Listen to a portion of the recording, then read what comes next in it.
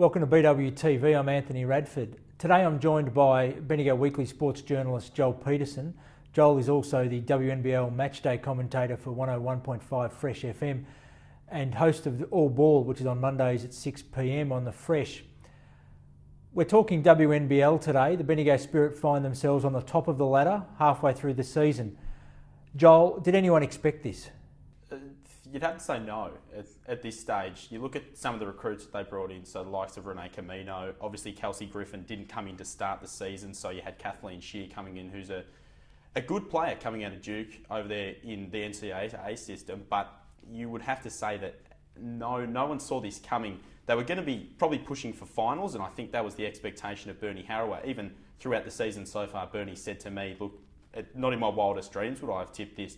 For them to go 4-0 to start the season on the road, which they did. They played the top three teams from last year in their first 4 games, and West Coast as well in their first 4 games. No one even thought that they'd get through that with maybe more than 1 win. So to come out of those 4 games against those 4 teams and have 4 wins on the board, all on the road to start their season, a really tough start. They've played Dandenong 3 times in the opening 10 rounds of the season. So to win all those games against the reigning premiers, to win the games they've only been beaten by Canberra, which was at the Bendigo Stadium. And you look at that game and I just think you have to have one of those games. I guess it comes back to sports. Quite often people say, a team's due for a loss. Maybe the Spirit were that day. But in every other game they've played, they've trailed at half-time in 9 of their games so far. So their ability to grind those games out has really been successful. Bernie Harrow always says, defence wins championships, and so far for the Spirit, that's what it's really been predicated on, but no one certainly saw this coming. And what's the difference this year? I think offensively they've been a better side. The likes of Renee Camino coming in now and really playing some of her minutes. Obviously Kelsey Griffin's a big factor. I think the other thing is the chemistry within the group. It's been a real talking point. The likes of maybe Tess Madgen and Deanna Smith had higher aspirations than just to be a team player. I know Tess came through the system. She came to Bendigo wanting to be an opal and maybe take over the spot of Christy Harrower. She's moved to Bulleen now. She's assumed the point guard spot there and playing the basketball that she believes in a bigger role will see her be able to represent her country in the opal side.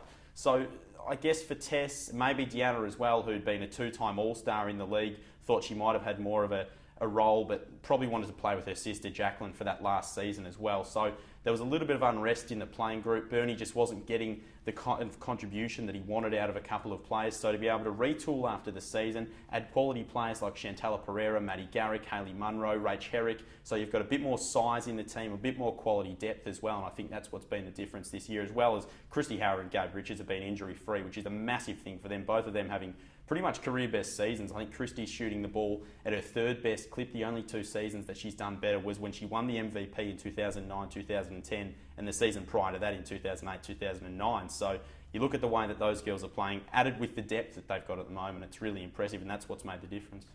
Kelsey Griffin had a few good games leading into the match against the Rangers. She didn't play a lot of minutes. She was fouled early in the first half, but she came back on to play some defensive roles. Is the strength of the bench something that really is going to show up in the Bendigo Spirit?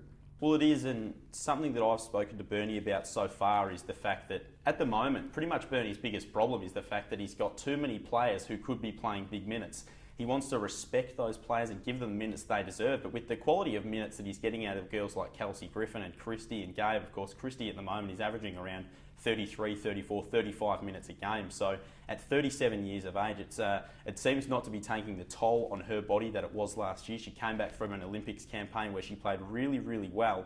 She's come back refreshed and been able to play those big minutes. But it's the likes of Maddie Garrick and Chantella Pereira, Hayley Munro in the game at Dandenong on the weekend was absolutely fantastic.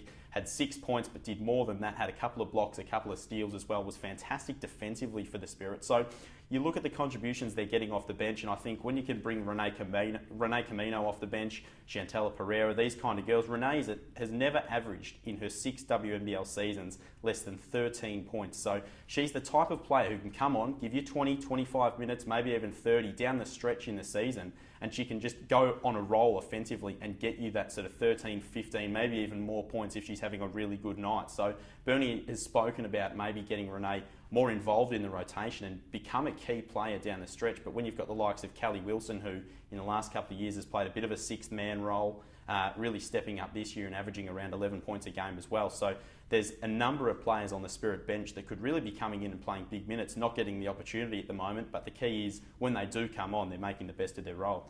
Now in the run home, obviously we've got some easier games. Do you think that that'll be a time that Bernie can put some more minutes into those girls who haven't been getting a run? Yeah, look, it's going to be one of those things where there's a tough stretch of games, obviously, that just ended with Dandenong, where they've played Adelaide, Bulleen and Dandenong in 3 consecutive weeks. So you look at those 3 weeks, and to come out of those with 3 wins is mighty impressive. It sets them up at 11-1 after 10 rounds in the WNBL. So you look at that start to the season that they've had. They've been able to get Renee back in after coming off a calf injury to start the season, get Kelsey in, get them both really integrated into the system and performing at some of their best levels to this stage. And now they can work on, maybe a couple of games where Chantella Pereira, the likes of Maddie Garrick, Hayley Munro, come in and play 20 minutes or so, because when they do, they may not, they may not score 15 points. We know that Chantella, the last time they played Dandenong back in round 5, scored 18. So she can put up that kind of performance offensively. So you look at some of the performances that they have got off the bench, and I think going down the stretch, Bernie will try to figure out the rotation, some different things he can do, maybe even get Renee Camino more minutes, which is something that he's looked at, and just being able to sort of find out what they can do in finals in different situations, because when it does come down the stretch and maybe you're trailing in a game and you need to try something different with another couple of girls on the court, that's what they'll work on in the next coming weeks. They go to Townsville and Logan in round 11, and they haven't won in Townsville since their first season in the WNBL. Townsville are a much improved side since they started out the season 2-0. They lost a couple of games. They're back on the horse. They've added Callie Bowen, Jessica Adair, so a couple of quality players are coming to that Townsville side, and I think that's a game you can't take lightly. But to come back and you've got Logan at the Bendigo Stadium in round 12, so there's a couple of definitely winnable games there, and maybe Bernie will try something with the roster. Given the great form of the Spirit in the first half of the year, Joel, do you think anyone can get close to the girls in the run home? Look, I think with the run home that they've got, probably not. We've played West Coast twice. They sit on the bottom of the table. We've only played Sydney Uni once. They're second bottom. Logan, we haven't even played yet. So you look at some of the teams that we have, the Spirit, I should say, haven't played, and they're the teams that you put up winnable games against. They've played Dandenong 3 times. They don't have to play the reigning premiers and easily the second best side in the competition. And at the moment, they don't have to play them again all season. They have to play Adelaide once more. They've already played them twice, beaten them twice. They've played Bulleen twice, beaten them twice. So they've got the season split over those 3 teams that'll likely fill the top 4. In all likelihood, it'll be Adelaide, Dandenong, Bendigo and Bulleen in that top 4 come season's finish. And the Spirit have already got those key clinches over those teams. So even if they finish equal on record, they'll still be up the top of those teams. And I think the way that the season's going to progress down the stretch, having to face some of the easier teams and getting Renee Camino more minutes, maybe getting her, because she'll continue to improve. Her play scored 10 points in each of her last 2 games, played season high minutes in both of those games. So the way that things are going for the Spirit at the moment, I think that you wouldn't be able to see anyone topping them. I think Dandenong have to win 3 games, or the Spirit have to drop 3 games, and Dandenong can't lose any going down the stretch to finish above the Spirit and earn that home final going in. So I would doubt that the Spirit will not finish on top of the ladder. Joel, looking forward to a great home final at the end of February.